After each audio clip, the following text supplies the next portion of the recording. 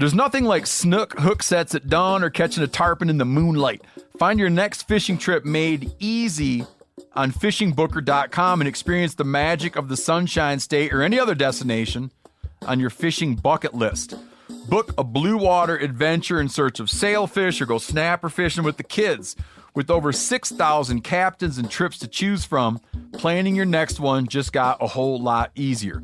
Download the Fishing Booker app on the Google Play or App Store or visit them online at fishingbooker.com to book your trip today. I'm sure a lot of you guys remember the old ceremonial hunting tradition of eating the heart out of the first animal you kill.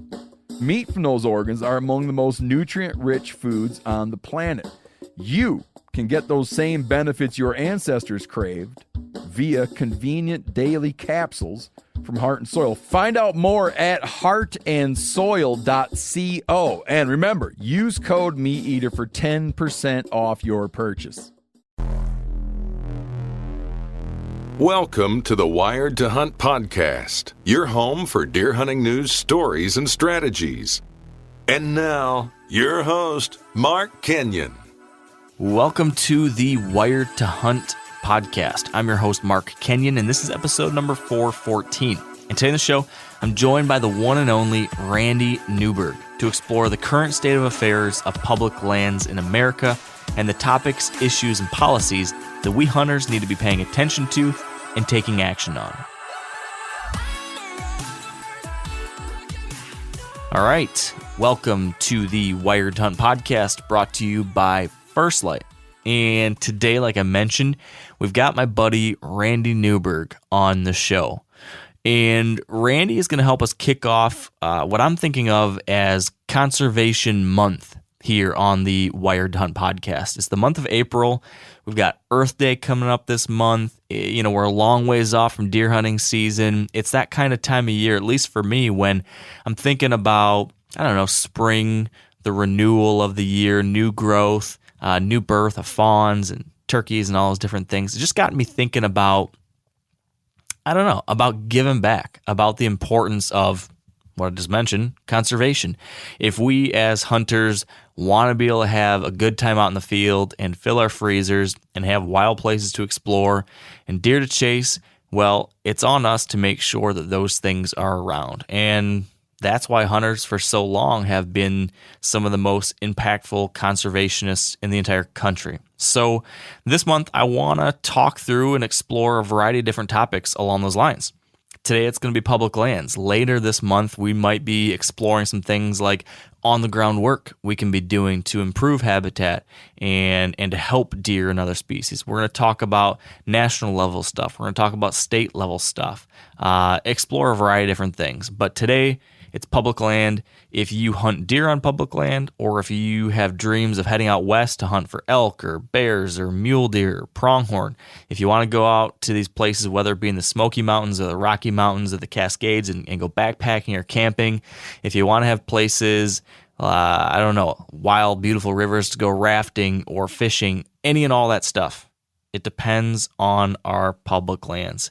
We've talked about this a lot over the years in the podcast, but this is a topic that evolves. Every single year, there's new things going on. There's new opportunities, there's new threats, there's new policies being proposed, there's new bills being moved through Congress, there's new stuff going on at all levels. And one of the people who is more up to speed on that kind of stuff than anyone else in our hunting community is Randy Newberg. I think most of you guys and girls know Randy, but if not, he is, oh gosh, he's all over the place. You can be watching his show on YouTube or Amazon. You can be listening to his podcast.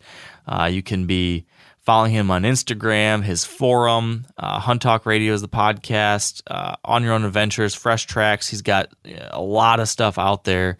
He's been doing great work when it comes to entertainment, but also educating folks on the importance of public lands, the importance of conservation, and ways that we can actually take action as people on the ground. He's been one of those leading voices, and today, that's why I want to talk to him. I wanted to talk to Randy about where we stand right now with public lands. How have things progressed over the last 5 years? What are the good things? What are the best things that have happened over the last 5 years? And what are some of the things that have been done maybe a little bit behind the scenes that have been damaging to our wild places? What are those things we need to be keeping tabs on and trying to fix?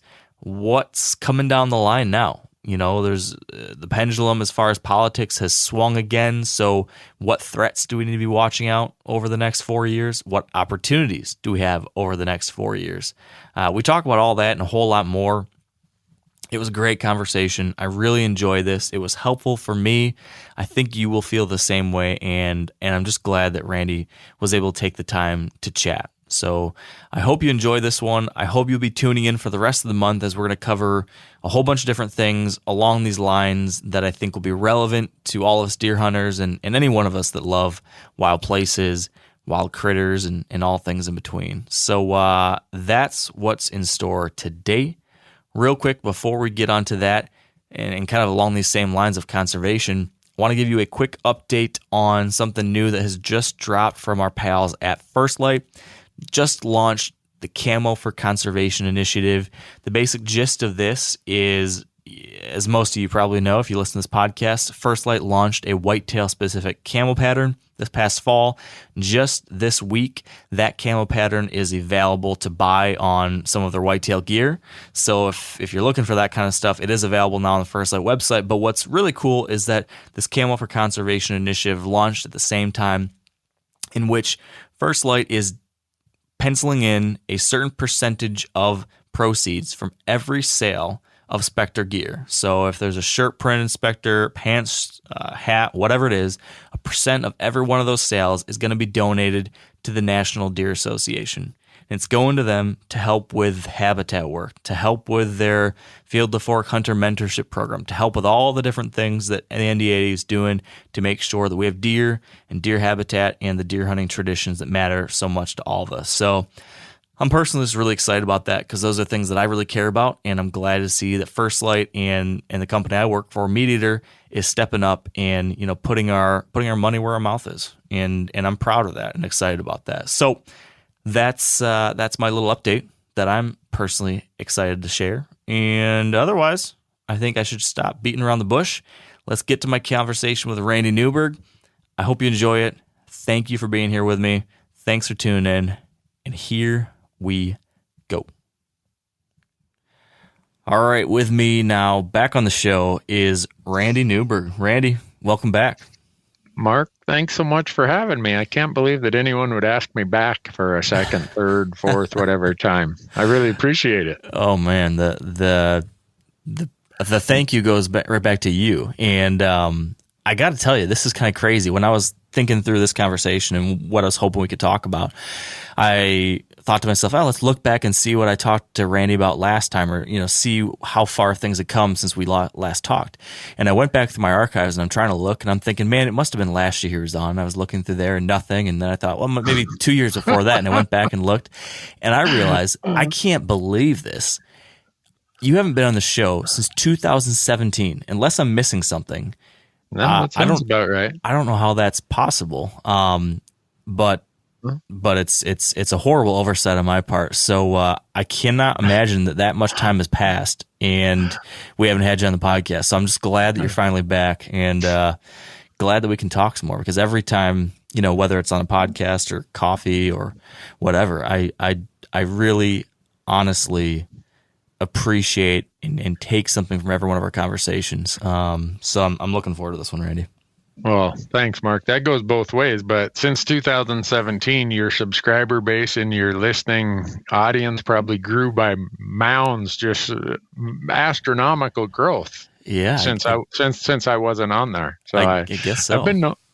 I've been known to ruin a brand in a half an hour. So well, we'll see how much damage you can do, Randy. let's test the limits of that. But thanks for having me, Mark. I enjoy the times we do get to catch up, whether it's on a podcast or just on the phone or whatever. It's always very helpful for me. Yeah. Well, since you were first on the show, I think I first had you on the show back in, I don't know, it was probably 2015 maybe. And at that point was when I was kind of going through a little bit of an awakening of understanding what was going on around me in the world of public lands. And I was, learning so much about public land policy and various contingencies and folks that were less supportive of public lands than I was. And this is when the land transfer movement was really picking up steam. And I was looking to you for a lot of insight on that. And obviously you'd been in that world for decades before I had, and obviously are so well versed on it. So at that point, we're kind of at there was this rising concern around public lands and the land transfer movement. And now you fast forward, almost 6 years, and we're in a different place. And I'm curious if you were to take a step back and look at how far we have come, whether it be the hunting community. Well, I'll do a two-part. How far we've come as a hunting community and as just a public land. Oh gosh, I'm blanking on the right word here, but where we stand on public lands as far as from 2014 or 2015 to now in 2021. If you had to take a look back and say, okay, how far have we come? And are we in a better place, a worse place, the same kind of place? How do you feel? Like if you were to put your finger on the pulse of that, Randy, how do we compare now compared to then? Oh, when you're there doing it and you got your head down and you're fighting this battle and that battle and pushing the wagon up the hill, you really think we're not making any progress. This is such laborious, just tedious effort. And now when you get to measure it in 5-year, 10-year windows, you look back and say, all right, 2014, 2015, the folks who wanted to grab our public lands and take them have pretty much retreated because once again, they got their political teeth handed to them by thinking the public was somehow going to forget the value these lands have. And if you could have told me in 2014 that we would have elevated the public land issue within the hunting community, within the total outdoor community, to the level it is at right now, that would have cleared my greatest wish by a mile. Because it just, at the time, it seemed so daunting and so much momentum to the other side and so little to our side. And through a lot of hard work, a lot of people showing how much they care, how much they're concerned, getting the attention of policy leaders who said, this was not a good idea. Who talked us into this idea? Here we are 6-7 years later, and I'm impressed, very, very impressed with how well versed the hunting community is and to some degree the total outdoor community, but also how engaged we are when we feel that there are issues that are going to hurt or complicate our ability to enjoy these public lands. It's been an interesting journey, but we've traveled way further than I could have ever dreamed. Yeah. So if we were, I don't know, doing like an award show of the last 5 years, and you were going to rank the biggest win of this 5-year half-decade period from a public land perspective, like what's been our biggest win, do you think? There's been a lot. There's been a lot of good things have happened, but what ranks up at the top for you? Boy, that's interesting that you say it in an award show, because I'd be like, okay, Rookie of the Year, a defensive MVP, offensive MVP. You can name your whole team if you want. Okay. I'll start with the defensive MVP. And what I look at there is there are Senate elections, at least in the West, where the balance of those elections hang on those swing voters in the middle and how they're going to vote based on public land issues. And I'm looking at Montana, New Mexico, Colorado, Nevada. Right there are 8 senators who we've seen them all cycle through their elections in the last 6 or 7 years. And those 8 Senate seats have all bent over backwards, almost tried to prove who's the most pro-public land. So I'm thinking, from a defensive standpoint, we've built a pretty good wall here now in some parts of the country. And we see it even expanding to other states, Washington, Oregon, to some degree in the Dakotas. And, some of our greatest public land advocates have been from the South. Senator Richard Burr he doesn't get enough credit, I don't think, for how much of a stick in the mud he was when many others wanted him to fold his tent on public lands issues. And here he is, a guy from North Carolina. It's like, what? Why is he this passionate about it? So I look at that, and I think from the defensive side, whether we're giving ourselves the trophy or we give it out to someone else, the award goes to how good of a defense we have put together to force the other side to really think hard about why or how they would approach this. And when you're dealing with a Senate that's 50-50 and your issues are now elevated enough in some states where you can sway an election in the U.S. Senate, I could have never expected our issues to become that powerful on a national scale. It's a weird alignment of the political planets, but it's the reality. You look at the Colorado Senate election last year, and it was almost, how can we prove which senator is the greatest public land advocate? And in those instances, it's like, well, even if the lesser, the one who isn't quite as good at public lands were to get elected, that's a whole lot better than 10, 15 years ago when it was, let's bury the needle and see how bad we can be on public lands. We've spun that 180 degrees. So that's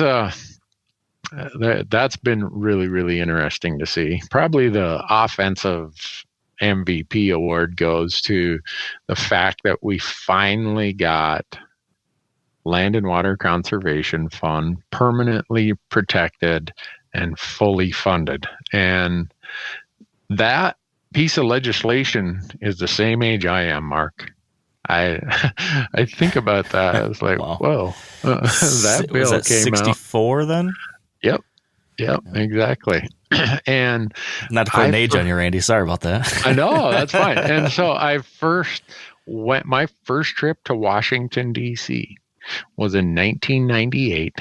There was a bill called Partners in Wildlife that the next year got converted to a bill called Conservation and Reinvestment Act.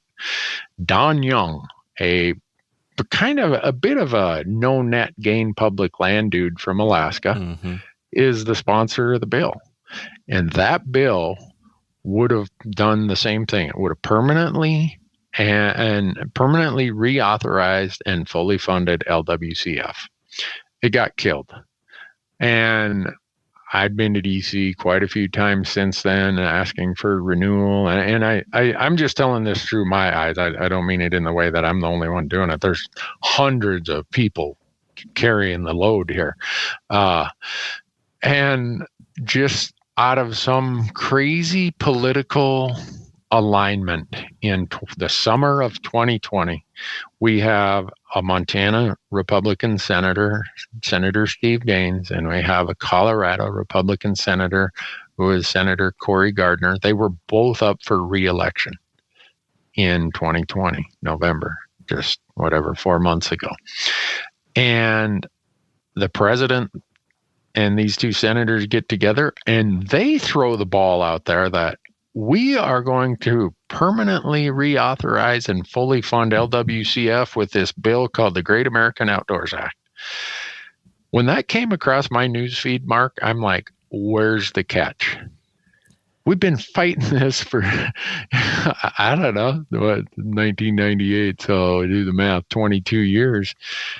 Something's up. That's what went through my head. And it got passed. And it ties right back to what you're saying about our defensive MVP situation, right? It was the fact that we had put so much pressure that folks fighting for re-election saw this as their golden goose to getting votes, right? Yeah, exactly. And so that's if you would have told me that we would in 2020 that we would have seen the Great American Outdoor Act come forward and get passed by a big majority in both houses and get signed by the president, I would have said, in what world are you living? Because I just didn't see it coming. But it did. And it's, I don't know if people understand what a remarkable accomplishment that is and how beneficial that will be going forward. If I look in the rearview mirror of all of the great work that has been done because of that program and the funding it provides, we could be on a podcast for a week, and I don't think I could explain every piece of access that is out there it's either new access, improved access, expanded access that was brought forth because that pool of money is there. Yeah. So I'm still laughing at myself thinking, how did that get pulled off? Well, an interesting illustration of just how powerful we the people can be in this is, and I might get the exact number wrong here. Maybe you remember this, Randy, but if I remember correctly, back in January or February of 2020, the administration came out with its kind of budget proposals for the year, and they were recommending something like 5% funding for the Land and Water Conservation Fund. I mean, it was basically 95% less than it's supposed to be is what they were proposing. And then months later, after what you just described, after the two senators said, hey, we need this as a win for us, all of a sudden, now the administration comes out in support of 100% funding. And it wasn't like there was this huge change of heart. All of a sudden, they wanted to support public land. It was we need votes, and that's because of us. That's because of hunters and anglers and folks that care about these places making a concerted ruckus. Mm-hmm. I mean, that right there proves the power that we can have. Yeah, and some people will say, "Well, it only happened because people were seeking their political salvation." Oh, well, I'll take it. That's kind of the unfortunate way it works in today's world is very often do both sides get together and say, hey, this would be great for America. There's so much political calculus that goes into it, so much paying of political favors that you try to now play the game to position it. So how do we make sure that when political favors are being repaid or when political calculus is being put on the whiteboard, that our issues are part of the consideration? Yeah.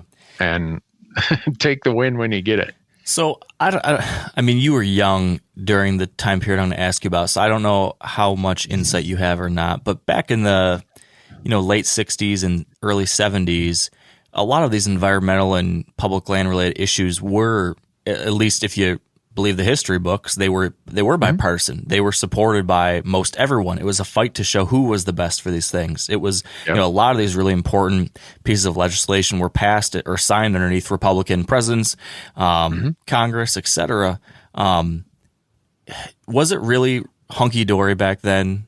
And we'll never be able to get back to it? Or are we actually getting back to what was present last year, or not last year, but back in the 60s and 70s, which was, it was just a political necessity? Like, will we ever get back to something like that, or are we getting there?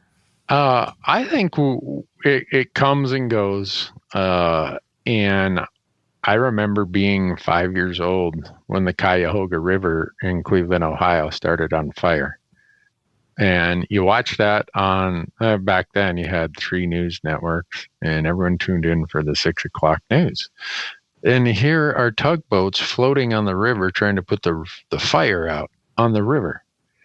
That was such a powerful image and such a powerful event that even at 5 years old, you didn't really understand it, but you sure heard a lot of people talking about it.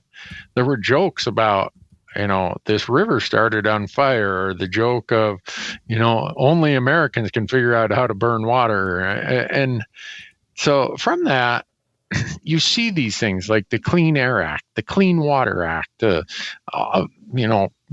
public land management acts. It was really the tenor of the times in the late 60s through the 70s. And then it started changing some again in the 80s. And I think you see a generational, every 20 years or so, you see these ebbs and flows in it. And I think we're in one of those times where we're going to start seeing some of that, hopefully, go back. I mean, how many times do we have to see algae blooms kill off hundreds of thousands of fish? How many times do we have to have waterfowl or migratory birds land in a place and they all die from some chemical exposure? So we're seeing some of these same symptoms that come and go. And I'm hoping, look at all the work we now have found out about, at least in the West, migration corridors. Yeah. And that migration corridor work is some of the most compelling, some of the most interesting, and some of the most valuable work that has been done in the wildlife sciences in my lifetime. And so here we are. We're back to that. And people are paying attention to it. And we're making landscape changes. We're adjusting human behavior patterns and human uses on the landscapes to address that. But there's always going to be the other side of the coin where if you read the most recent study on sage grouse, we've lost 80% of our sage grouse just reading about that. 1990. So there's always the old canary in the coal mine. And so there's always more to do. And the urgency of doing it gets to be greater and greater and greater. And just about all of it comes back to the use of the land, the habitat, the land itself. Aldo Leopold was writing about that in the 30s and 40s. Yeah. And here we are today. It still applies. And so we've got a ton of work to do, but I think we are building more and more of a resolve to do the hard work. And I'm seeing it in all this stuff related to migration corridors. I think we're going to have to get there with sage grouse. And sometimes the big club that gets used is the threat to, hey, we're going to put them on the endangered species list. Mm-hmm. Well, that's the last thing you want. You if you're in that situation, you now are in such a bad spot. You've let yourself get in hot water. So how do we change landscape issues to improve the future for, in this example I'm using, sage grouse? How do we get them back up to where they should be so that someone doesn't have to come and bring the big club? And I do think that a lot of groups, whether they're industry, extraction, resource businesses, the general public, even down to the local level, they have examples to look at to say, boy, when someone comes in and says, this is now an endangered species, we really are out of options and we're going to get told what to do.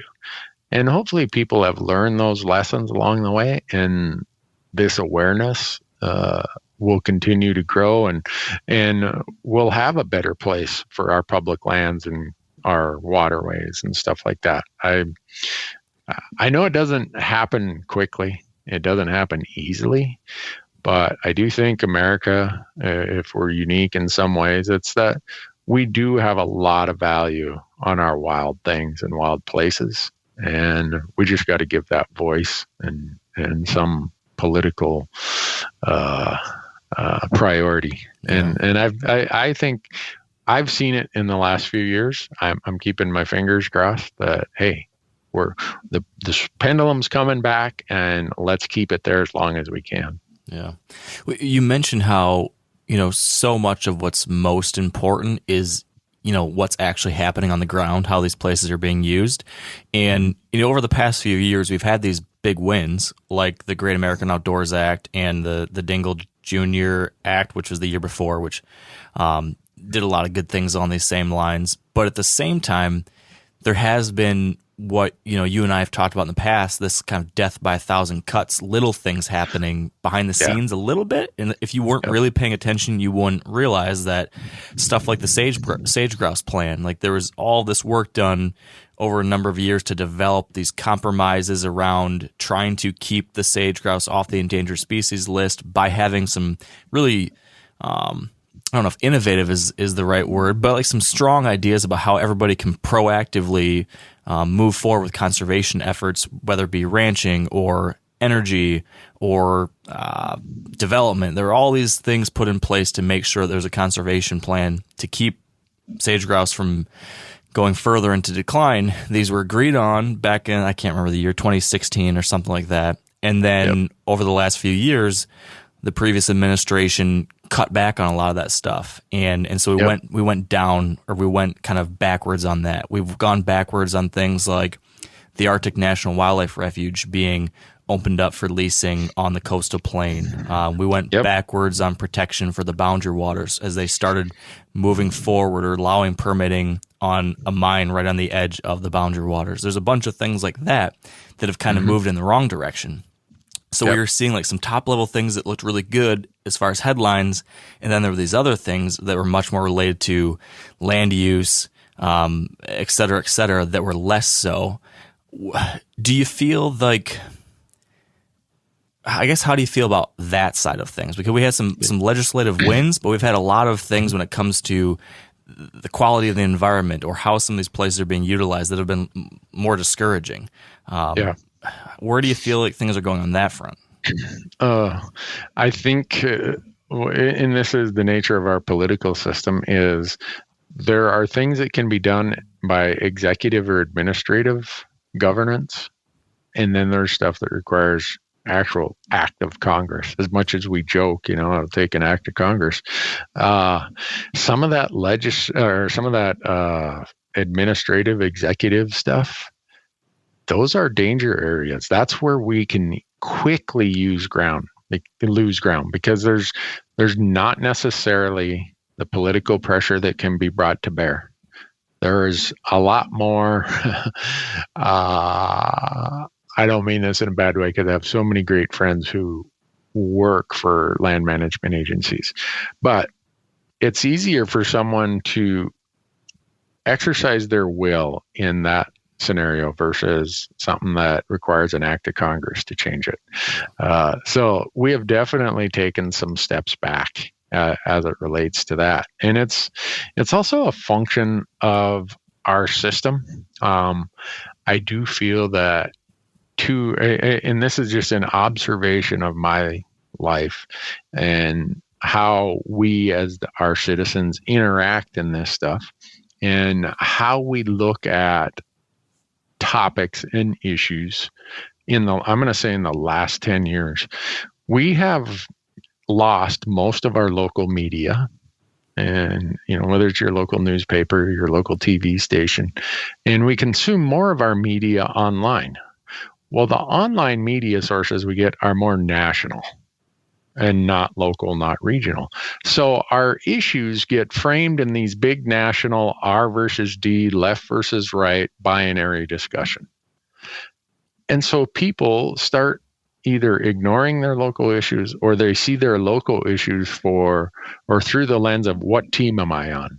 Yeah. And that's really damaging to a lot of those things you're talking about, where before we started having that. If someone were to come and say, we're going to significantly manipulate this huge piece of wildlife habitat or this watershed, and it was done by an agency or an executive order, I'm pretty sure that people wouldn't have cared what quote unquote team they were on. They would have showed up pissed off and they would have stopped it. Now it's almost like, well, I'm on this team, so I can't say anything. And a big part of what I spend my time trying to convince people is, if you are on that team, that's even more burden upon you to be the one who speaks up. And I don't like to make these political discussions and such, but they really are, Mark. Yeah. You and I see how this plays out, that these groups who want to manipulate either landscapes or species or whatever, they've realized that the best way to do that is through our political processes. Because if you do it over here in our Fish and Wildlife Commissions, our state environmental quality boards, those people have trained scientists. They know their stuff, and they're more accountable to the citizens. So what do? You take the issue and you bring it to a state legislature, or you bring it to Congress, and there you've got a citizen legislature, right? They're mostly attorneys or they're whatever else. They're not subject experts on any of this stuff. So they can easily be swayed to go that direction. And all of the work we've done building our mechanisms, our institutions to protect and promote and advocate for things of wild places and wild things, we've got it all set up for commissions and, the Fish Wildlife Parks or whoever it is, Clean Water Commission.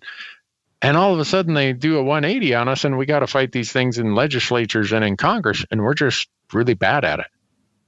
And so right now, we got a lot of we need some what does the NFL call it? OTAs, organized team activities in the off season. Yeah. We got a lot of OTA time here that we got to get up to speed, because right now we're not fielding a very good team when it comes to combating that stuff. And you see it in how some of these steps, how we lost a lot of ground over the last few years. Yeah. So, like you mentioned, this, much to, our dismay, a lot of this stuff has become political. And like you said, one team, right, historically, at least over the last handful of decades, when the pendulum swings Republican, we're really good on guns, we're good on hunting rights and that kind of stuff, but we are less good on things like the environment and public lands. When it goes the other way, if it swings Democrat, bad on guns and hunting rights, stuff like that, but good on public lands and the environment. So we could have a whole nother conversation about gun rights and hunting rights, but sticking on the topic of public lands and environment for now. Right now, right, we have a Democratic president, Congress, et cetera. That's where the pendulum is right now. So at least on the public land and environment side, do we have an opportunity there for those specific issues? And if so, are you optimistic about that over the next few years? What's the opportunity? What should we do to take advantage of this good part of things, maybe, if I'm right on that? Yeah. That's one that's shaking out right now as the new administration is putting together their leadership, and who's going to fill a lot of the undersecretary positions and the actual people who oversee the departments and the agencies.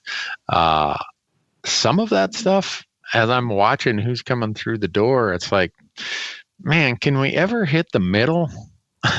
Yeah. Before 4 years ago, when we're going through this process, it was like the first credential you needed is you had to be a lobbyist for one of the resource industries. And I say that with full disclosure that I come from a logging background.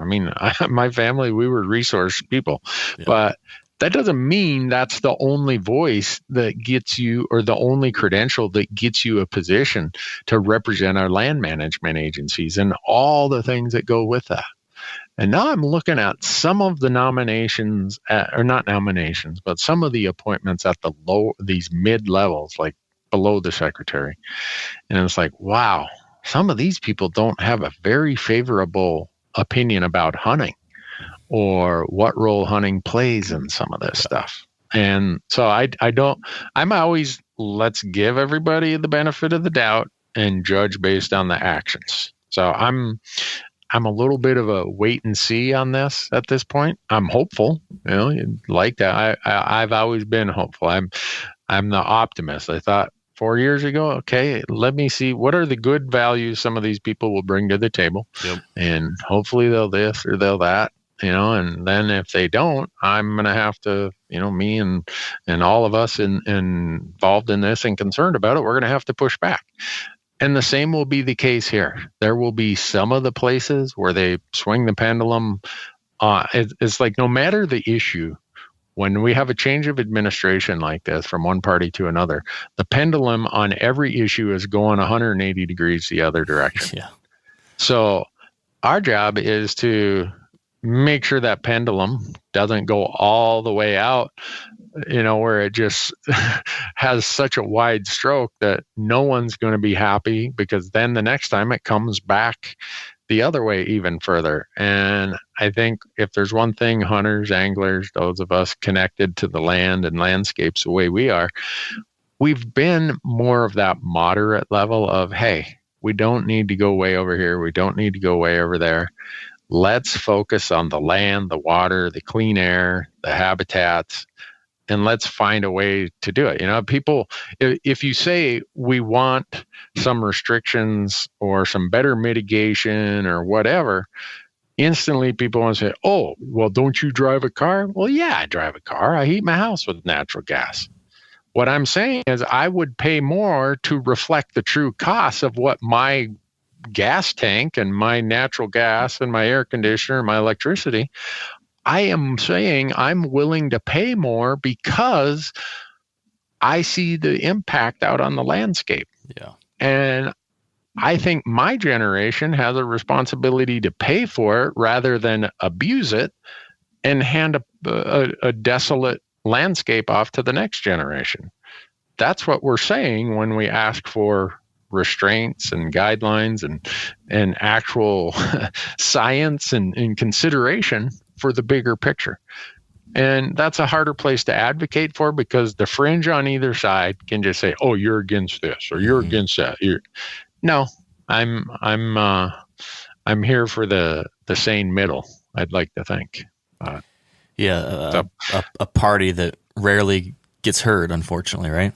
Yeah. And so what's that look like going forward? If we have this conversation in 4 years, it'll be interesting to look back in the rearview mirror and say, I didn't see that coming, or yeah, I knew that was coming, or all right, yeah, we got that problem fixed, or we put this in place. And the thing I realize in my years of doing this now is that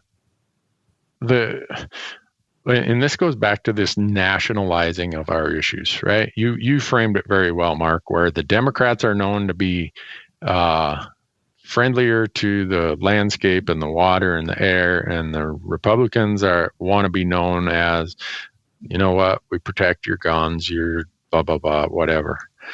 I work with a lot of people who almost cross that divide. And I'll give an example. Congressman Mike Simpson from Idaho submits a bill after 20 some years of work to say, let's breach the dams on the lower Snake River because it's ruining salmon and steelhead habitat. We're going to lose these species and these runs if we don't do something more. And we've skirted around the edges for so long. I'm here. I'm willing to introduce a bill that's going to cost us $30 billion over the next, decade or two. So if we were to say all Republicans are, painted this way, where does that leave? Then there's no place for a Mike Simpson of the world. Yep. And the flip side, Senator Martin Heinrich, Senator John Tester, you're not going to pass any gun control through the Senate with those two, in a 50-50 Senate with those two guys there, because they're very good on guns. So if we say every Democrat is whatever on guns, where does that leave Tester and Heinrich? Yep. So I used to, it's so much easier to view it through the binary good or bad, left, right, RD. But every piece of progress we've ever made, whether it's moving the ball forward or keeping the dozers from pushing us back, it's been because we had people on both sides who were willing to listen. Yeah, the rub then is, how do we create more people like that and get them into office? That's what I would say that occupies more of my time right now, Mark, than any of this policy stuff, because right now we have state legislatures in session. In Michigan, are you guys a year-round legislature? I'm honestly not sure about that, Randy. Okay. Well, in Montana, we're biannual. So every 2 years, they meet for 90 days. And we wish that they met for 2 days every 90 years because it's always chaos. And I look at the legislatures are in session in Idaho and Wyoming, and Colorado, and pretty much every state I look around, legislatures are in session. And we have this tenor, this extremism on both sides that is not reflective of what got us here. And I don't care if it's our issues, whatever issues it is. And so you're back to your question of how do we get more of those people to the table, or how do we get more of those people elected? That's the riddle we have to solve, because we can fight this game to the ends of time, but really we got to get to the core of it. And the core of it is, how do we get the elected people to understand our case and represent our cause? Or how do we, if they don't already understand it, how do we get them to understand it? Or how do we get people elected who bring that perspective with them when they go there? So easier said than done, considering how much it costs to play in the election space. And in today's world. Yeah. From my uneducated perspective, it seems like what you get is when you get down to like the primary level or the state legislature level, the majority of the voters that are active when it's at that level tend to be those that are really, really engaged. And that might mean that they are a little bit farther left or farther right. So the people that are making the decisions about who gets to that level of the conversation, the people that are voting at that level, they're pushing it farther and farther to the outside. And by the time if you can get through that filter, the only people that made it past that point up to the national level have already been screened by the extremists on either side. And so you only get people that are catering to the far side of each base. You never get the moderate. A moderate can, or rarely, or less common than otherwise. You can't get with a moderate set of positions up to the level we're talking about. Not that there aren't exceptions. There are, as you described. But it just seems harder and harder to do that. So is the solution that we have to start getting really active at that local or state or active in the primary level of things to start getting something going there? Yep, it does. And that's what hunters don't want to hear. They don't want to. They don't like politics, first of all. They're common sense people who say, why should we even have to fight and argue about this stuff? It's common sense. But that's the reality we're faced with. And then if you look at a map, I bet you if you took a map of Montana, I've looked at the Montana one, and if you looked at a similar map in Michigan, you would say, how did they come up with this geographic boundary for House District whatever, or Senate District whatever? Well, through gerrymandering, they all get together and say, well, we need X number of districts that are just super safe Democratic districts and super safe Republican districts. Yeah. Well, as quick as you do that, you don't need any debate in that district. You know who's going to carry the day. It's going to be the R or the D, just because of how they got together and arranged the district. So again, you get the craziest fringe people possible. And that's why if there is any place of moderation in our politics, it probably is the U.S. Senate, as much as someone believe that, because U.S. Senate races aren't gerrymandered. You have to appeal to the entire population of your state. And so, they now cost 50 to 100 million per side. But your point of, are we going to have to start getting more engaged? Yes, absolutely. It's going to become part of it should almost be part of training in hunter education. And I mean, on our platforms this spring, we've started a series called Civics for Hunters, because I've been spending so much time on this stuff. I've been to Helena multiple times, phone calls, meetings. I'm in my head, I'm like, I don't have this much time. And I feel like it's David and Goliath for all of us who are trying to fight this. And I'm thinking, all right, how do we educate our audiences about, one, what's at stake, how we got to where we are today, and how we can get out of this? And every answer involves some of what you referred to, and that's hunters are going to have to become more politically active. Now, a lot of you guys are familiar with the old hunting tradition of eating, some organ, the heart or a chunk of liver off the first animal you kill. I had that when I was a little kid, and it was a big deal. Organ meats were always prized by frontier people who knew the importance of getting a lot of different minerals and nutrients. And as often is the case, those guys were onto something, because organs are among the most nutrient-rich foods on the planet. And you can get the same benefits your ancestors craved via convenient daily capsules from Heart and Soil, made exclusively from regeneratively raised, grass-fed, and finished cattle. Heart and Soil's unique freeze-drying process means all those important nutrients are trapped in, ensuring you experience every one of the benefits of nature's superfood in a clean, convenient, taste-free capsule. Find out more at heartandsoil.co. And make sure to use code MeatEater for 10% off your purchase. That's heartandsoil.co. Use the code MeatEater. There's nothing like snook hook sets at dawn or catching a tarpon in the moonlight. Find your next fishing trip made easy on fishingbooker.com and experience the magic of the Sunshine State or any other destination on your fishing bucket list. Book a blue water adventure in search of sailfish or go snapper fishing with the kids. With over 6,000 captains and trips to choose from, planning your next one just got a whole lot easier.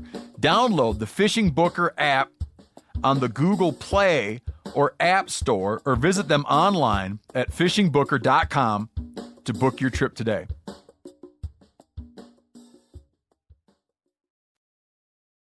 All right, so with that being the case, the trick is always like knowing where to focus, because I try to stay pretty darn up on all this stuff, and even I can't, and it's my job. The average person out there has got a million other things going on, and they can only devote so much time to reading about these things, getting educated, spending time calling people, et cetera, et cetera. So if we're just looking at the next 3.5 years, let's just focus on like what's happening now, who's in office right now, and continue with the kind of football analogy. I'm curious about what is your top priority from an offensive perspective for us. So what's one opportunity that we can focus on going out and getting? And then what is one defensive priority?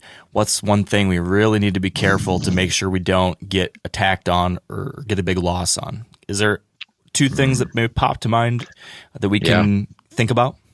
Yeah, I think offensively, if we could get back to more CRP, Conservation Reserve Program, National NACWA, Wetlands Conservation Act, funding for wetlands easements, those do unbelievable things for our ag producers. When you get in a trade war with China, you don't lose your CRP payment. Yep. Your soybean or your corn or your grain payments might go down. And you look at the amount of money we've spent in the last however many years propping back up prices because of trade wars related to agriculture. And now producers, because of those super thin margins, have to farm every single inch. There's no fence rows. There's no hedge rows. There's nothing left out there. Yeah, we can see that in whitetail country for sure.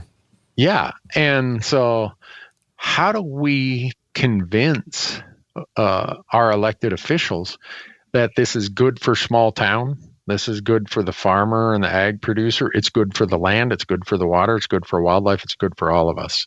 Somehow along the way, these type of conservation programs got thrown under the bus and got run through the political machine. So if I was allowed to diagram what our game plan would be, I would say let's go on offense with more conservation funding that helps the people on the ground. Let's pay them to do the right thing. and right by everybody, right by the land, right for themselves.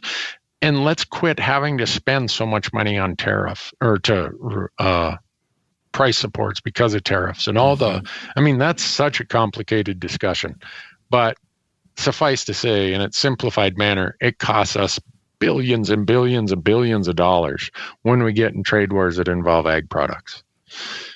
Are there other ways we could be reallocating some of that money, taking some of the land out of production, which would bring prices back up in just about every model?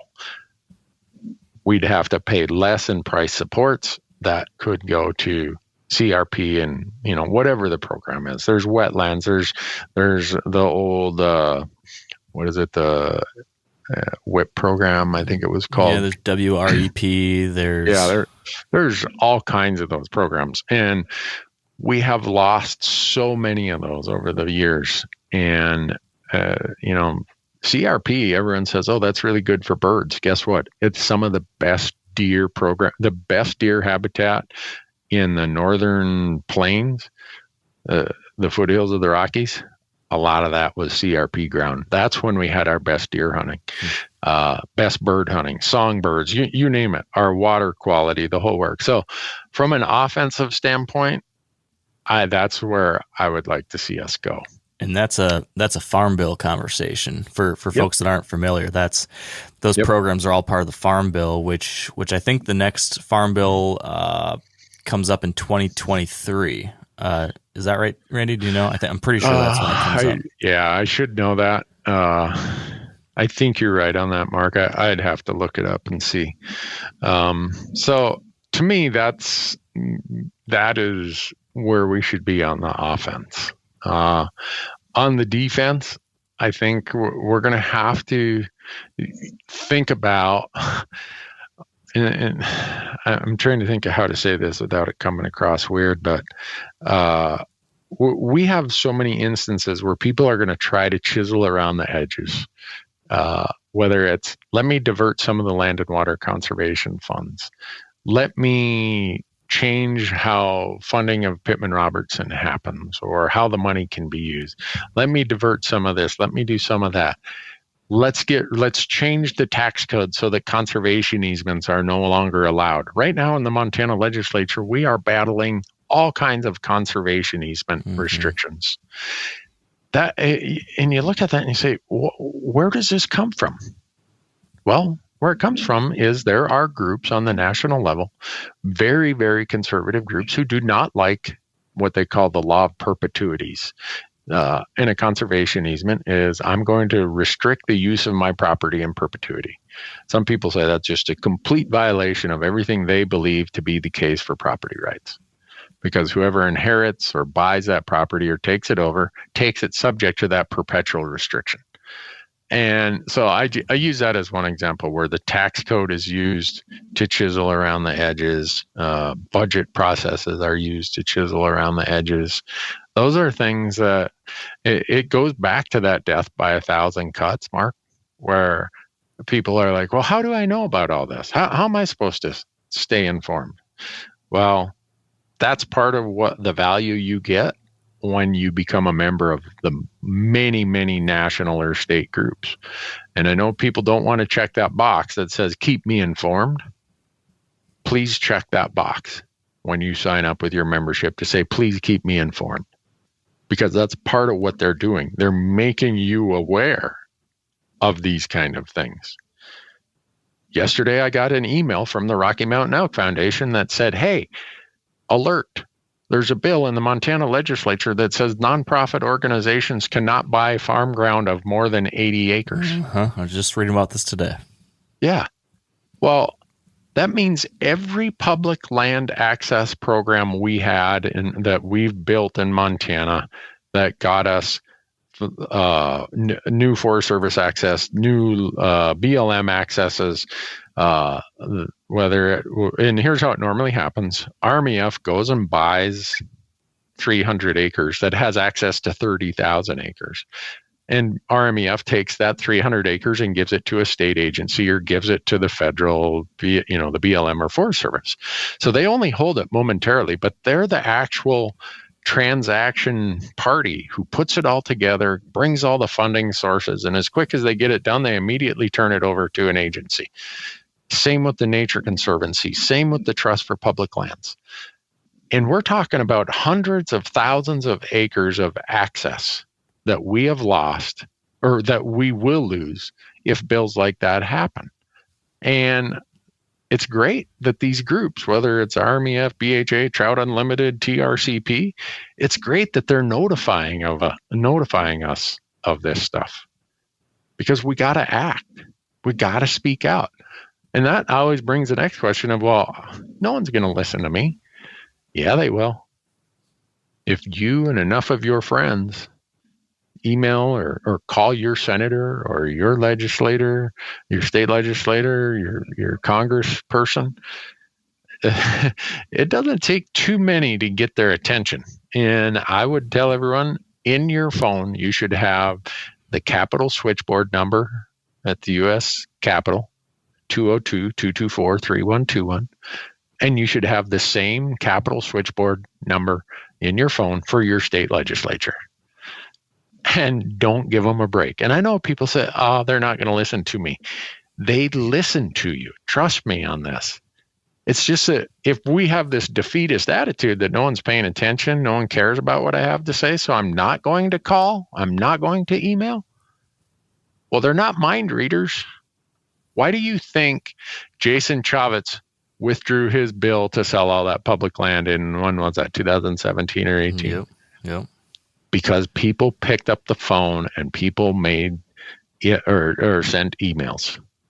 So don't say that they don't listen. They do. It's just that we too often have the defeatist attitude that they're not going to listen, and we use that as our excuse of why we're not going to engage. Yeah. So, the interesting thing is, you mentioned how it can be painful for us as hunters to have to get involved at the local level or at the state level, because we don't want to get into this nasty civics, politics kind of stuff. Yeah. But the one upside is that at that level, each individual voice matters more. I mean, at that level, these people, if they hear from 1,000 people, that is overwhelming. Compared to at the national level, maybe they hear from hundreds of thousands of people at times. We do have greater influence at this level. But you brought up these examples in Montana, and I don't know if it's just because I'm tuned into it more or if it's for real. It just feels like there's a lot of stuff coming out of Montana right now. Stuff like that bill you just mentioned, all the things related to predators, everything around the game commission right now, these different hunting, whether non-resident allocations of tags and outfitter preference, and there's a lot of stuff happening. What's going on in Montana? Well, I mean, Andrew McKean was denied a commission. What's going on in your state, Randy? Yeah. So Andrew, he was appointed to fill one of the positions, one of the 5 positions of our Montana Fish, Wildlife, and Parks Commission. Great guy. I mean, those of you who know Andrew from his days, he was the editor at Outdoor Life. Just such a articulate, thought out, well-spoken guy. So, and I'm going to use Andrew as the example that is the symptom of the disease we have here in Montana. And it's not just in Montana. I think when I explain it this way, people will see it's widespread. Andrew, we get a new governor, get a new legislature, and they have to renew Andrew's position. The state Senate does. So it goes to the Senate Fish and Game Committee. There's a hearing on his appointment, and there wasn't one single piece of testimony, either in person, and we're doing Zoom testimony here also, that was against Andrew. Not one. And I don't know of anybody who wrote the commission or wrote the Senate and said, I don't like Andrew. He lost on a purely partisan vote. 7 Republicans voted against him and 4 voted for him, 4 Democrats. And after the vote, the chairman of that committee gets up and says, it's a new day in town and we're going to do what the governor wants us to do. In other words, hell with all you people that sent us here.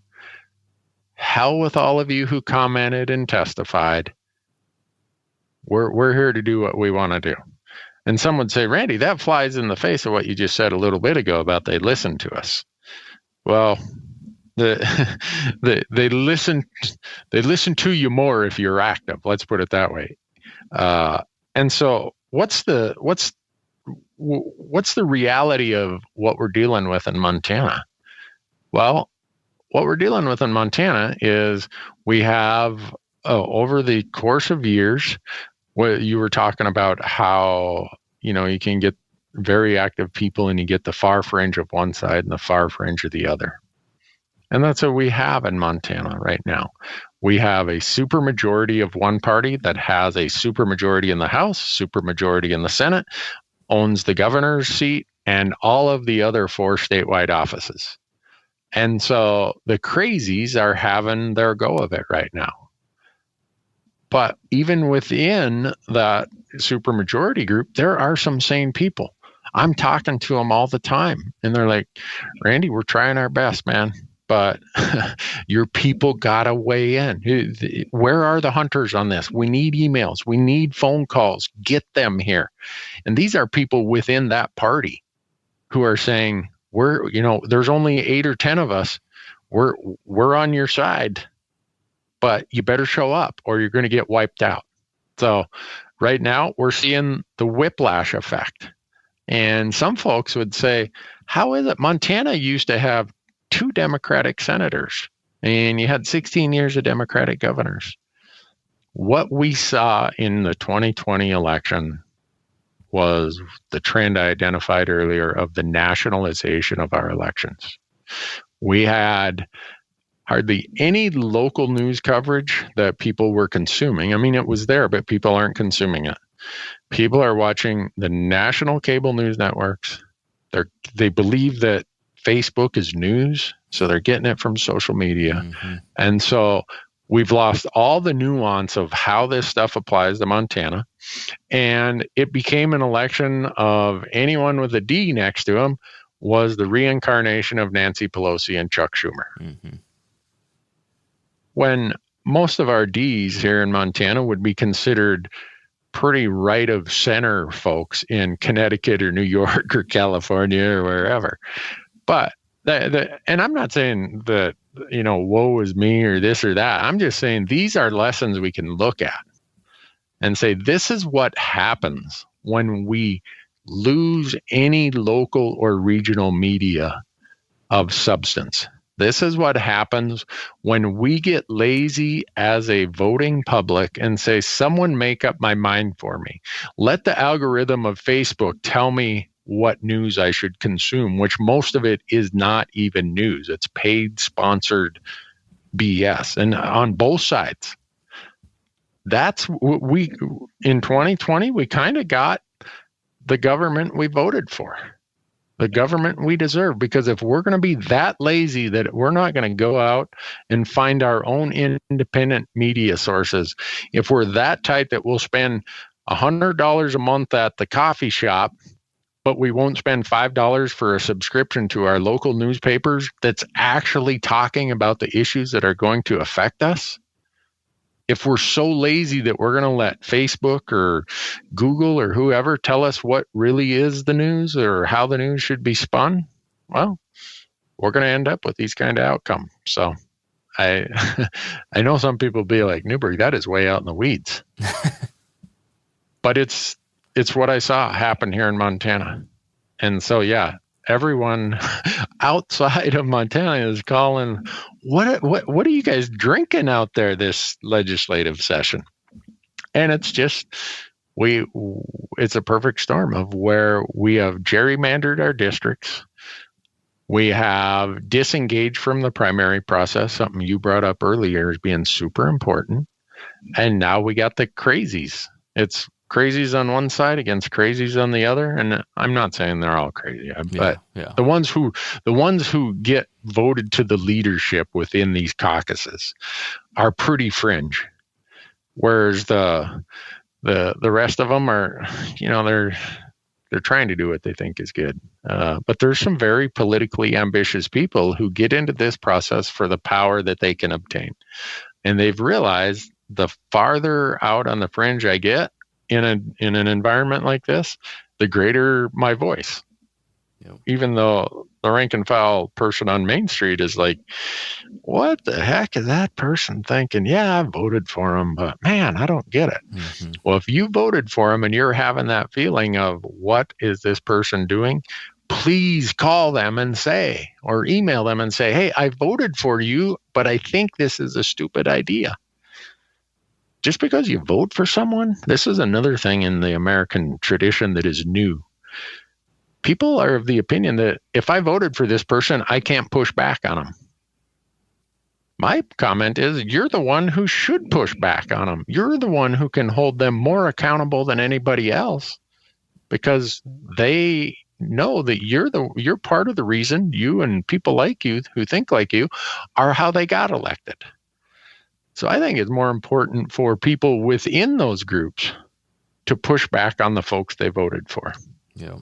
So, yeah. So a lot of the stuff we talked about, it seems like a lot of where things are headed is needing to get more engaged at a deeper level sooner than maybe historically we have. So I want to talk. Yep. I want to kind of shift to a few more issues or more specific issues that might be things, at least that have been on my radar, that maybe we could just learn a little bit more, that folks can keep tabs on when it comes to public land stuff. One of them you brought up earlier, which is migration corridor issues. And there's been a lot of interesting studies you mentioned. There's been, I think, a lot of insights as far as how animals use these wider landscapes than maybe we realize. Like a pronghorn or a mule deer or an elk does not realize that the borders of Yellowstone National Park only go to here, or that the national forests go to there, right? They don't operate on that kind of scale. Same thing with bears or wolves. But there's a piece of legislation that passed the House last year called the Wildlife Corridors Conservation Act. I'm curious if you know anything more about the future of that, or anything else related to migration corridors or the protection of, these connective tissues that allow animals to move from this protected area to that protective area, or anything on your radar related to that, because I think that it's seeming like that's becoming more and more important for the long-term health of wildlife as so much of our wild spaces are being developed or cut down or whatever. Just as human pressure pushes on all sides, you look at your home turf there in the greater Yellowstone ecosystem, right? I mean, Bozeman and Idaho Falls and all these different towns, more and more people growing. You're just seeing these spaces slowly being chipped away at, and finding ways to allow wildlife to still be able to move where they need to seems increasingly important. What's on your radar on that front? Yeah, you bring up a really cool piece of legislation, Mark, the Wildlife Corridors Conservation Act. The benefit of it was it had a sponsor from each side of the aisle. So it was not a real contentious bill. But it died due to the bigger picture of politics of, well, we don't want this person to have a win, because if they get a win, we got an election coming up in the fall of 2020. So I'm hopeful that either this bill or parts of it will end up in possibly the infrastructure or the transportation bill that the current administration is going to put forward. Because a lot of these corridor things are related to highways, bridges, stuff like that, development. There is already talk at the federal agency level to move corridor studies and funding and planning to higher levels. So that part of it can be done just through administrative rule or through management of the agencies. But actual funding for more research, for more mitigation, that's going to come from Congress. And I think that bill there, even if there's always some piece that somebody doesn't like. okay, if we got to get rid of some little piece of that, okay, let's not let perfection get in the way of progress, and let's get it passed, because we're talking about so many critical things here. And the amount of what would I say, elasticity to the landscape and to these migration corridors is not very high. And the margin for error that we have today compared to 30, 50 years ago is nowhere near what it was back then. We got to get this right, and we got to do it quickly. So with a bill like that, if anyone's interested, go Google the Wildlife Corridors Conservation Act. See who the sponsors were, and reach out to your legislative, your caucus or your delegation, and tell them that you support that bill. And however it gets, whether it's that bill itself or it's something similar to that, in the transportation bill, the infrastructure bill, let people know. And you'd be surprised how often 8 or 10 people email on the same thing, and all of a sudden you get a staffer calls and says, "Hey, what's going on with this?" All of a sudden we started hearing that people are concerned about the migration corridor for pronghorn. Oh, well, here's what it is. Oh, we didn't know that. Let's make sure that gets put in the highway bill or the transportation bill. Yeah. It's how that stuff works. I know it sounds like ninth grade civics, and it really is. But it's a bill like that, and because often what we see is a bill comes forward, and anytime you introduce something, that's when you identify who are the people who don't like parts of it, and you hear why they don't like parts of it. Okay, maybe we didn't get it past this Congress or the next Congress or this legislative session. There are parts in it that are not controversial, so let's get those pieces going forward, because wildlife corridors, once they're gone, all the study shows that animals don't relearn their migration. They stop. Once the corridors are gone, usually the population disappears, and you can relocate or translocate new members of that species, but they don't have the learned behavior to conduct the migrations. And so once they're lost, if a migration was an organism, it would be extinct once that corridor's gone. And in some of these corridors, we're talking, a half mile wide. So when we're allocating our conservation funding dollars, that half mile wide gap where 10,000 elk migrate out of Yellowstone, we might want to think about that. Because if that half mile wide gap disappears, so does that migration, and so does probably that herd of elk and all the other species dependent upon them. Mm-hmm. So if I remember right, Randy, and I want you to fill in the gaps here, but if I remember right, some of the things included in that bill would have been funding for stuff like wildlife overpasses, the bridges that go over highways so that animals can cross roads. There would be funding for conservation easements, I think, on private land that would make sure that some of these important areas didn't get developed and they stay open for wildlife. I think there was something in there about prioritizing, like if we are going to do any land acquisition for growing public land pieces, these connective tissue kind of areas would be prioritized. I think there was something like that. What else is in that bill or that type of bill that we should be thinking about, advocating for, telling our representatives, like, hey, we support this tactic or this specific thing? Is there anything you can recall? Yeah. I didn't think it was enough money. I think it was only $50 million, and people are going to be like, what? That's a lot of money. But when you think about the cost of doing this, you earlier said that wildlife, when it leaves, it doesn't know when it crossed one boundary to another. Mm-hmm. A lot of these critical migration corridors go through private land or through tribal lands or whatever.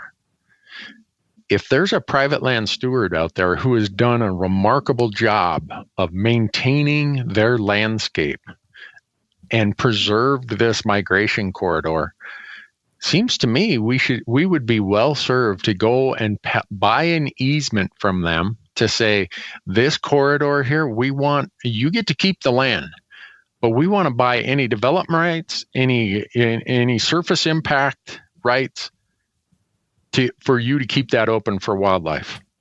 And we'll pay you full market value, and you get to keep the land. So that was one of the things that was in there, and it got some blowback of, well, if they don't allow us public access, we shouldn't be spending the money.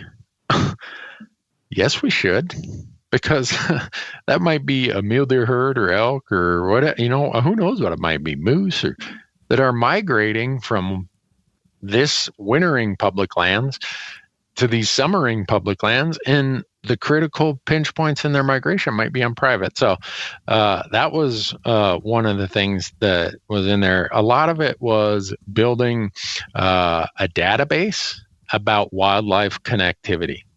And some people are concerned about a big national database about wildlife connectivity. In other words, how do migration corridors connect wildlife species to their winter ranges, their summer ranges? What are these transition ranges?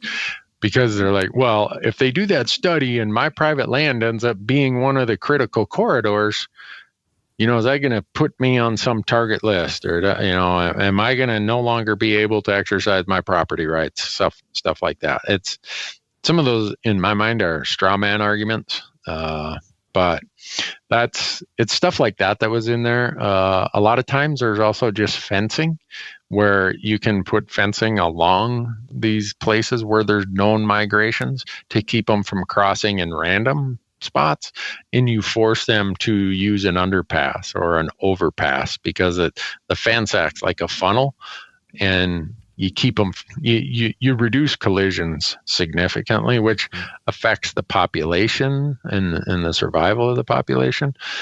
But we also got to look at the bigger picture of what are we doing to allow them to naturally go where they've always went. There's studies going on in Arizona about Interstate 40 and how their pronghorn used to move a lot. And now that they collar them, you see where they're moving north and south until they hit I-40. And then they just move east and west because it's that much of an impediment to their travel. So that bill would have had stuff like that. And it was money and directive to say, let's not allow for any more habitat fragmentation or loss. And it would have provided a lot of granting to states, because a lot of the state highways and stuff like that, or a lot of the state wildlife agencies know where this stuff is. So it's interesting. Like that.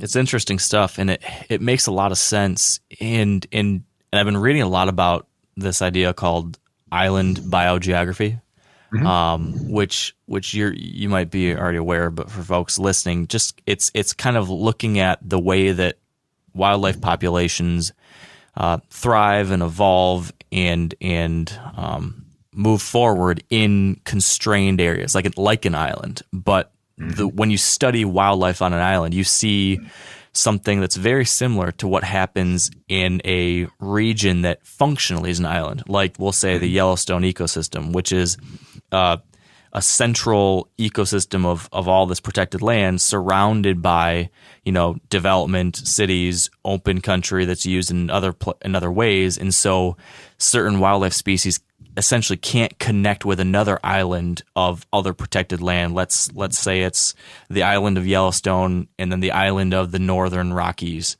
up in Glacier National Park, Bob Marshall, that kind of thing. Like there's a lot of talk about how do you connect these places so that there can be transfer across from one to the other. Because if we get these islands like that keep getting cut away on the edge, just death by 1,000 cuts, they keep getting smaller and smaller, and the border on the outside, while not a physical wall, becomes a stronger and stronger border, because now instead of thousands of acres of open range land or farms that wildlife would use, maybe now it's becoming little ranchettes and housing developments and malls and all that. So this whole thing with migration and connectivity, it just seems like 5, 10, 15, 20 years from now, it's just going to get more and more important as we see people racing to develop our areas around public lands, racing to live in these places, right? The whole COVID migration, when we're talking migration, like everyone is leaving the cities and moving to Montana and Idaho and Wyoming, like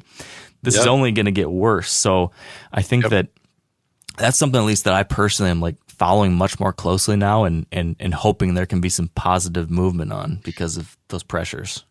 Yeah. And, a good example of those are they call them the Sky Island mountain ranges of Arizona. Yeah. You have all sorts of different species of squirrels there because they've not been able to connect to the other mountain ranges. It's because they're, here's a 10,000 foot mountain with a few other ancillary peaks. And then you got nothing but desert for 50 miles before you get to the next mountain range. You go down there and you see it in effect in Arizona in a big way. But the other thing that theory applies to is the resiliency of the species in changing conditions, whether it's climatic change, whether it's changes to invasive species, plant species, or other species on their small island landscapes. Even it's not truly an island, like you said, from the standpoint of, it's surrounded by water. It's surrounded by non-favorable habitat. And the smaller it is and the less access they have to other islands, the more vulnerable they are to other pressures and other changes that are happening. Yeah. So what happens when fires get worse? What happens when, ecoregions within a habitat start moving higher and higher in elevation because it's warmer? There's all sorts of things that become of concern then. Yeah. On kind of along sort of the same lines, at least when it comes to, focusing, where do we focus our protective efforts, or where do we try to grow conservation easements or public land, whatever it might be. There's another big fancy initiative that has been talked about more and more recently, especially the last few months, and I'm curious about your take on it. And that's the 30 by 30 initiative. Could you give folks a really quick rundown of what I'm assuming your fingers on the pulse of this, what your thoughts are on, like, what it is and what your thoughts are, and kind of where should we be thinking about things as a hunting and fishing community? What's your take? Yeah. And what it is, the 30 by 30 comes from 30% by the year 2030. Is that what you're referring to? Yep. Yeah. And it's an effort that says we would want to conserve 30% of the U.S. landmass by 2030. And it's like, okay, right now we're at, depends on how you look at it. I don't know what percentage. You hear arguments about how much we've currently conserved. Some people say there isn't even enough remaining land to get to 30%. I think those are just critics who, instead of finding the way to yes, they want to find the way to no. But it's ambitious, and instantly, because it's, the current administration, it's a policy they support, you're going to have some people who just hate it by default. Well, whatever. But we're talking about conserving large landscapes. And we're talking about some of the most endangered landscapes in America aren't the Rocky Mountain West. Yeah, they might have the largest host of our real, warm and cuddly megafauna. But some of the most endangered landscapes are in the East, the Southeast, the Midwest.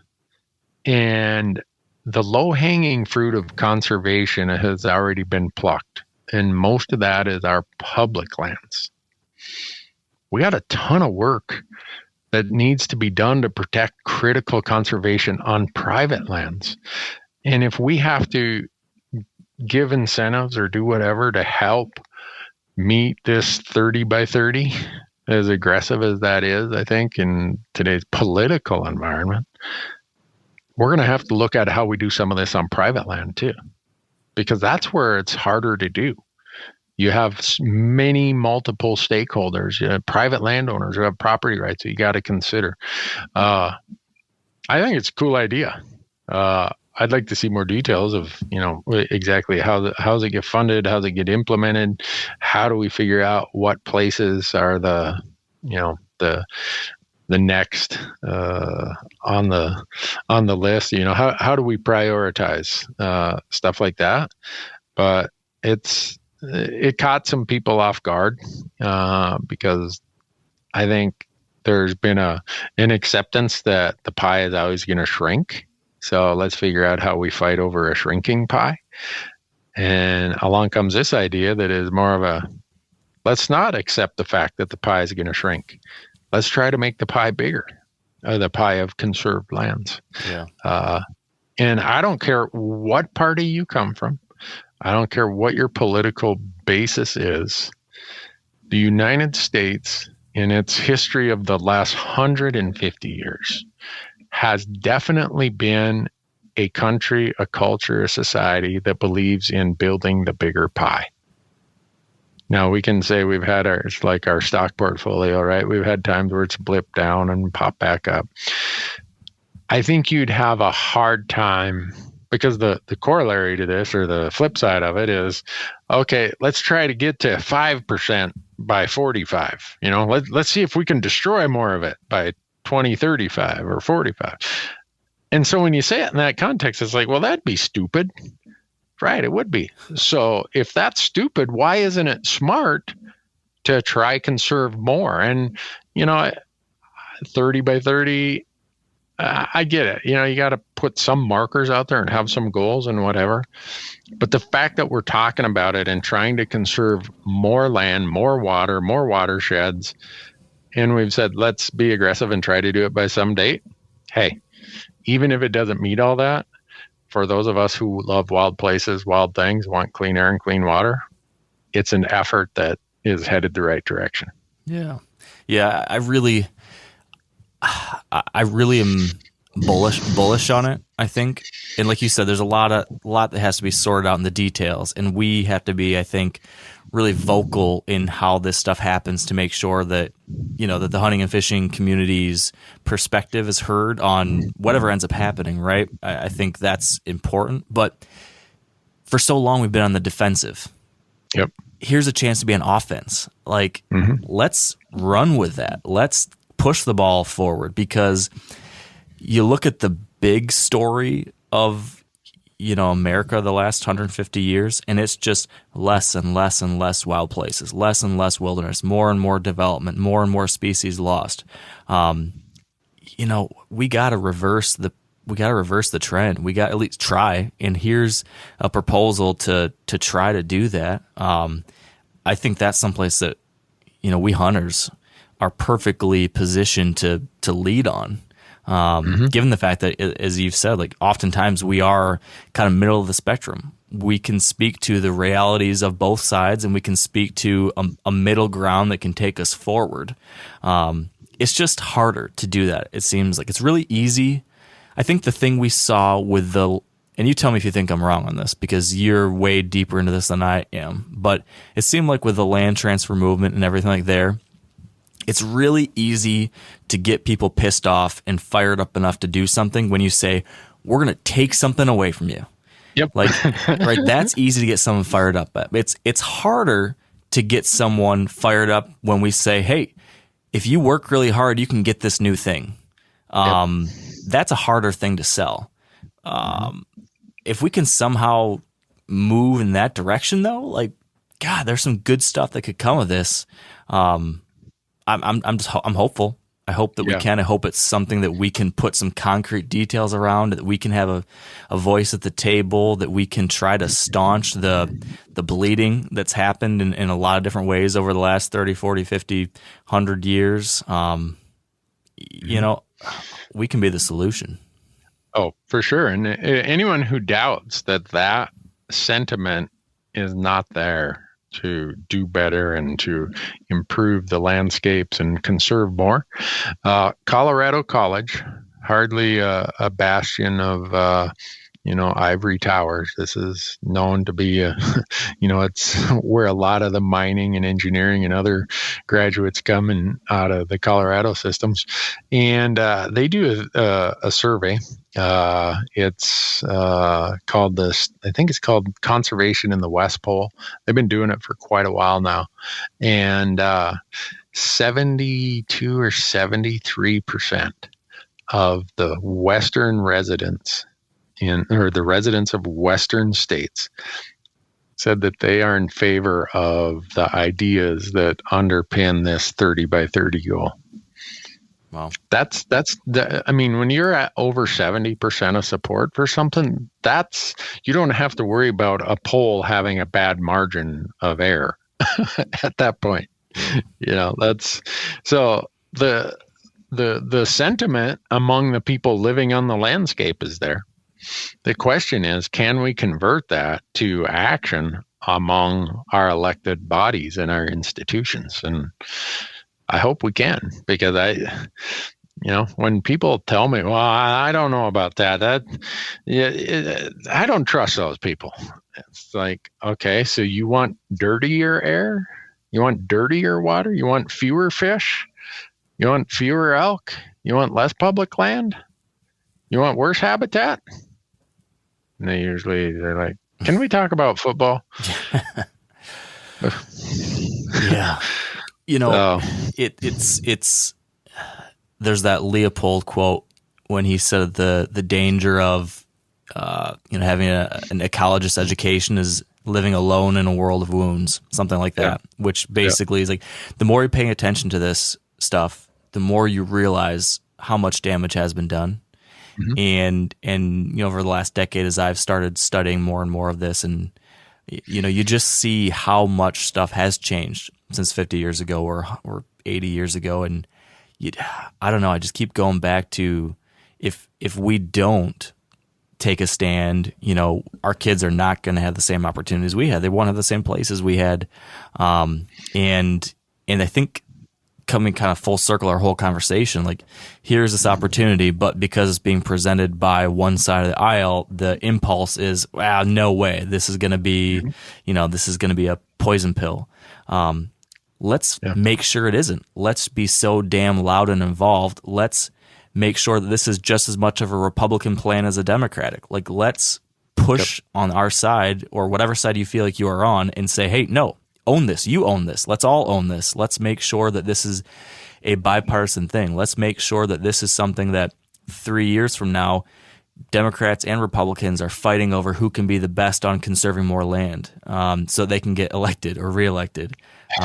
We're kind of at the stage in this whole issue that I think that we can still influence, what it actually looks like on the ground. So it seems like a great opportunity. Oh, it is. And even if it doesn't become 30 by 30, if it takes some other name or some other form, I don't really care. You can call it the, blue skies and rainbows bill. Yeah. It doesn't matter to me. What I care about, and I don't care who sponsors it, I care about the fact that it would put priority, it would put funding, it would give guidance to agencies that this is something we need to consider in all of our land management decisions. And we are going to make the affirmative statement that we're here to, instead of play defense on these conservation issues, we're going to play some offense. Yeah. And I like that. Yeah. Yeah. It's on us. I mean, all these things, all these places, if we fight the fight and win, we're probably going to have to fight the fight again 5 years from now or 10 years from now. If we fight the fight and lose, it's usually gone forever. So when it comes to these places or these protections, it's something that we just have to keep on keeping on. And if you ever have the opportunity to switch from defense to offense, like, gosh, it just seems like you got to jump on it. And it seems like there's a little sliver of opportunity in this area to go on offense. Now, with that, right, as we talked about earlier, there's all these other places that now we have to play heavy defense. And that's a whole nother story. But in this case, let's move on this one. Now, there's one other kind of pivot that I want to get your thoughts on real quick before we run out of your time. And thank you for letting me drone on and pick your brain about all these things. And this isn't really as much, well, maybe it's a little bit. It's not as much like public land policy, but it's more public land use. Something that a lot of people saw over the last year with the whole COVID impact. But I think it was just, this is something that's been happening over years and years, but COVID just emphasized it. It's the fact that we're loving our public lands to death in some cases. Yep. Right. There was this overcrowding in a lot of places. There was more new people coming to these landscapes, which was great, but also maybe not understanding the etiquette of some of these places and leaving toilet paper everywhere, trash everywhere, different stuff like that. There's all sorts of debate right now within my own little universe around hunter recruitment and that whole thing.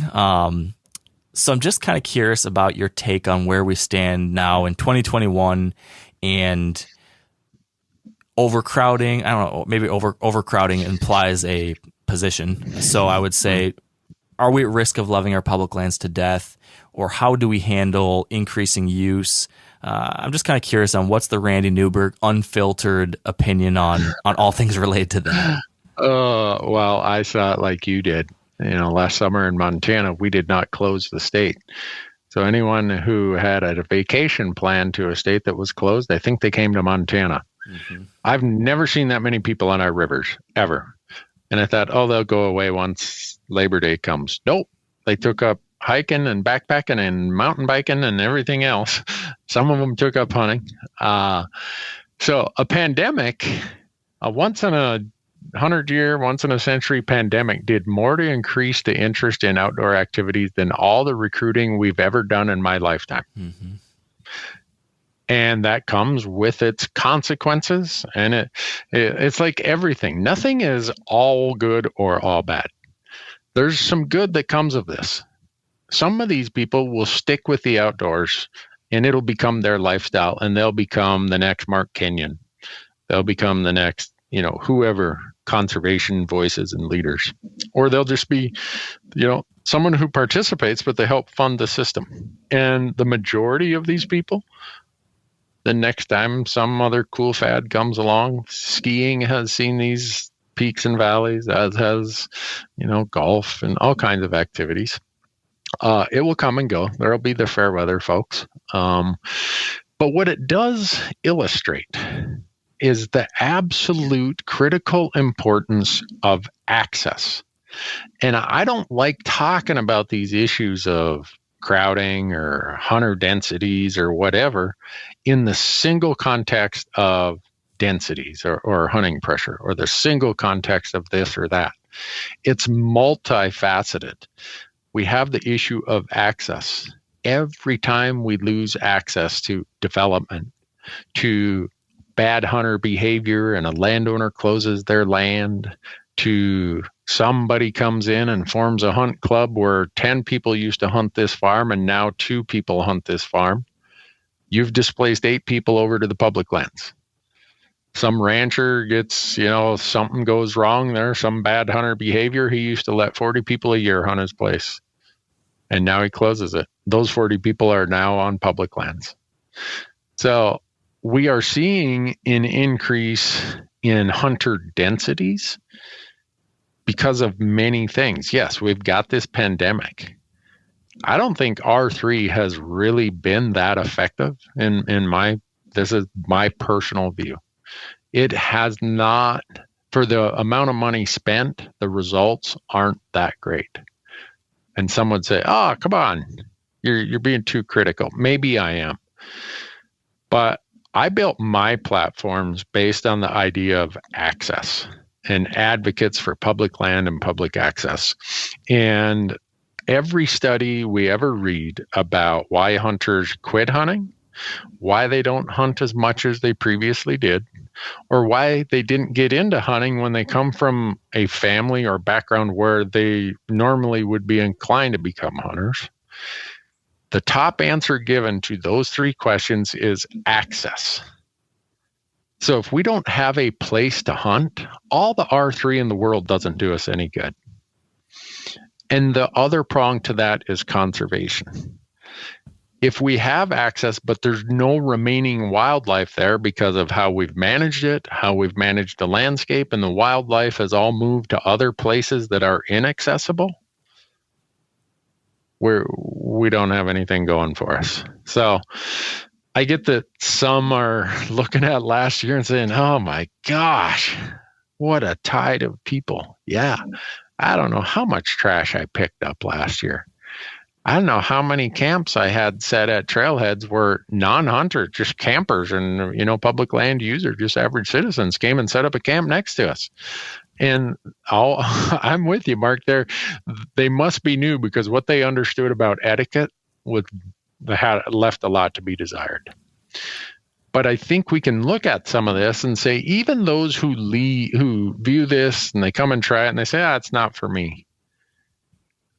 Even those who have come and experienced it and leave, having that awareness in our citizenry is useful in the bigger picture of access, of conservation, of clean air, clean water, of all the things we love. I can't look at it through just a one-dimensional window. To me, it has way more pieces. It has the number of people on the landscape. And it's not just on the landscape, but on the landscape at the same time. Mm-hmm. Fishing was crowded, hunting was crowded, camping was crowded. But if that doesn't show us the importance of maintaining every bit of access we can, and hopefully expanding and increasing more access, I don't know what kind of an illustration we need to convince us of the importance of access. And access to places that are good habitat with good amounts of game. Yeah.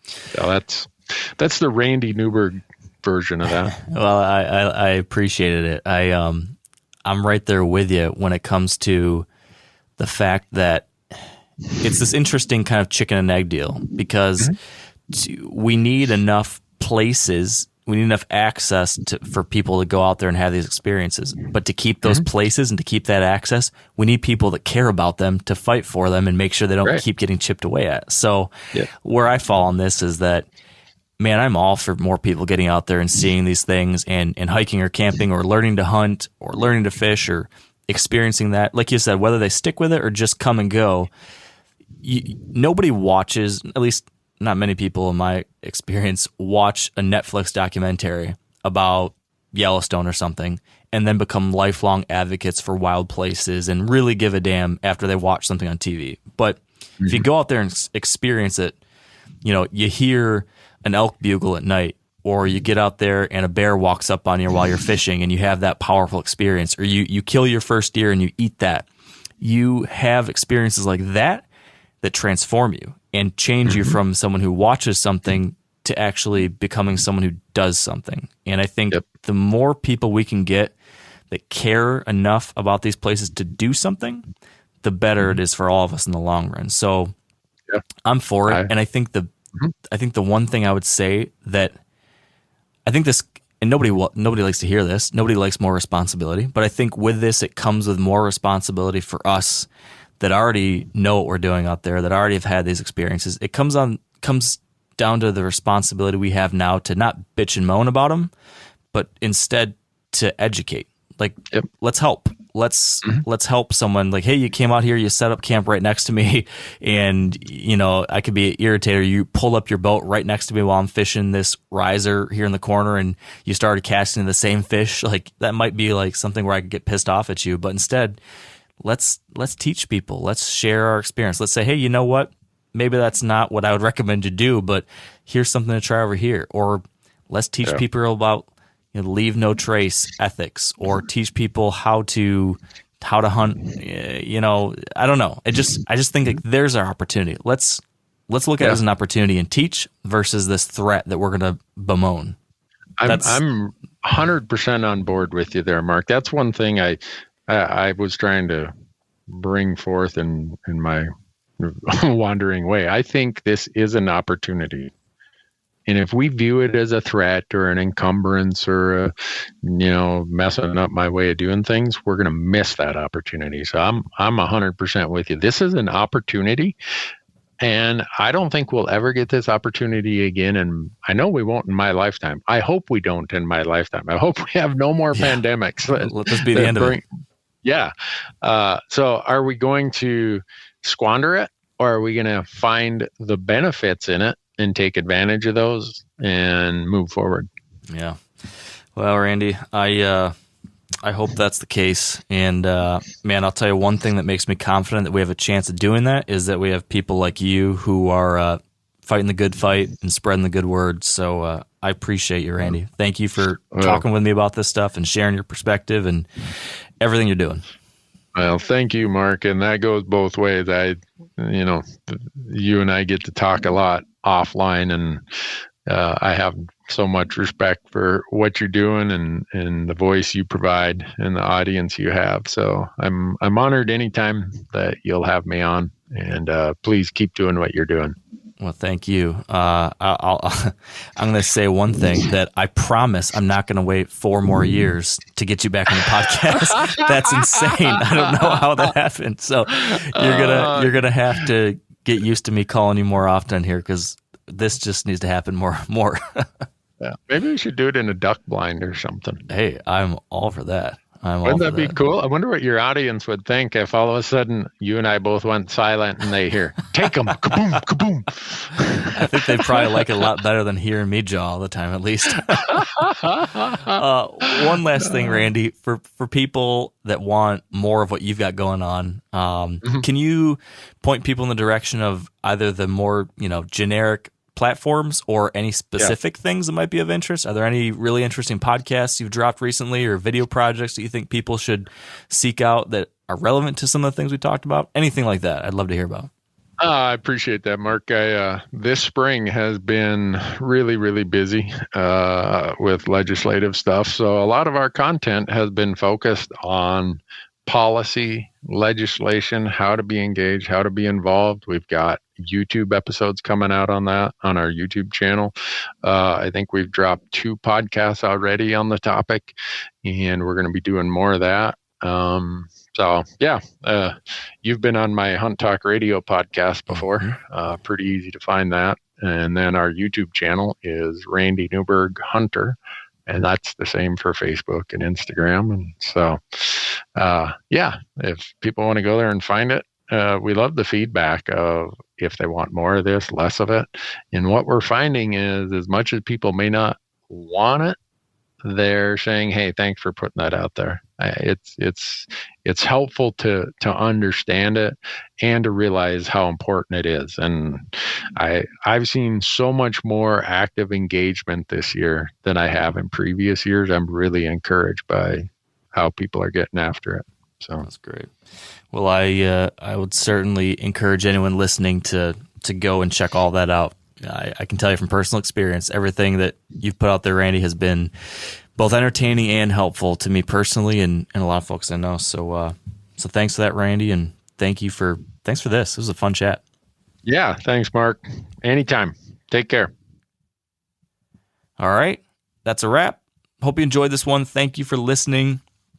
If this kind of stuff intrigues you, if you're interested in learning more about public lands, public land history, public land policy, public land challenges and opportunities and all that kind of stuff, there's a book on all this.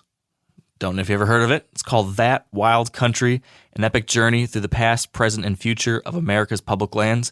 And I wrote it.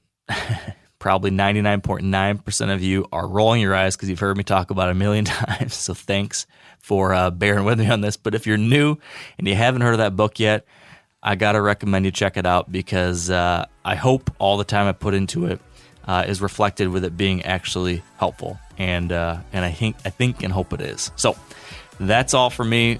Appreciate you. Enjoy the rest of your week. And until next time, stay wired to hunt. I'm sure a lot of you guys remember the old ceremonial hunting tradition of eating the heart out of the first animal you kill. Meat from those organs are among the most nutrient-rich foods on the planet. You can get those same benefits your ancestors craved via convenient daily capsules from Heart and Soil. Find out more at heartandsoil.co. And remember, use code MeatEater for 10% off your purchase.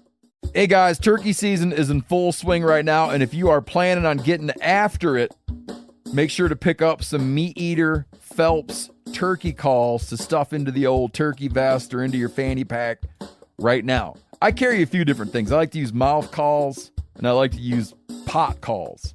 Mouth calls or diaphragms, I like them because it gives you hand-free calling, meaning when you're working a bird up close, you can have your gun on your knee, finger on the trigger, ready to roll, and still be making turkey sounds. I like pot calls because I just like pot calls. I enjoy calling with a pot call. Whatever direction you go, including a box call, which I don't personally use too much, but they're fun and great, and I started out with them.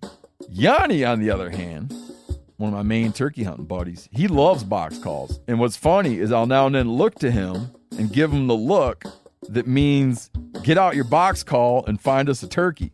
So it's not that I don't like them. I just have Yanni use his. Then I don't have to carry it. Go to Phelps Game Calls. Get calls that are made in the USA and get calls that'll get them close. Find yours at phelpsgamecalls.com today.